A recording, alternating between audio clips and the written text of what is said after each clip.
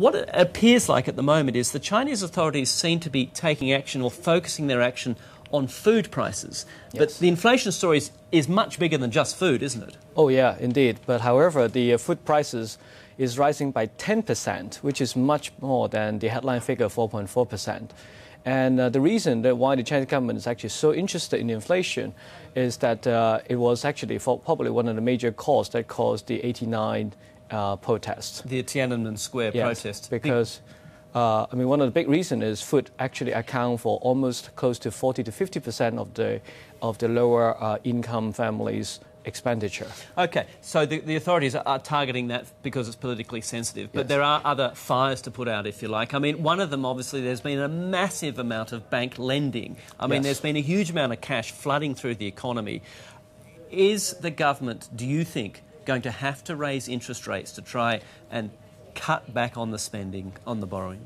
Well, they're actually doing something other than the interest rate itself. I mean, they are raising the required reserve ratio because in China it's actually quite difficult to raise interest rate very dramatically, as we have. Why? The primary reason is because that is going to attract an even bigger inflow of capital. Which will put more pressure on the currency. On the currency, and that's probably the currency is probably less a concern, but the asset bubble And the bubbles.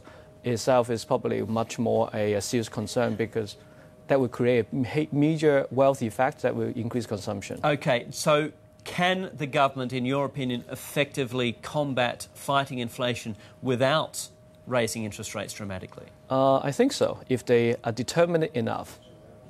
And what makes you think that they would or would not be? I think they will have to because they... Sorry, let me just move on to that. Is that going to mean a sharp economic slowdown? Have we got to that stage now where it's inevitable? I think we have got to the stage that is inevitable. I've been shorting, so I hope that is the case.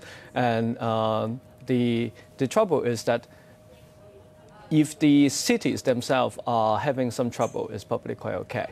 But if there's a worldwide, there's a countrywide problem of the poor class having major problems in dealing with the inflation, I think that would be a major instability. And the Communist Party, my belief is that will do everything to stop that happening. from happening. Stability is the primary concern.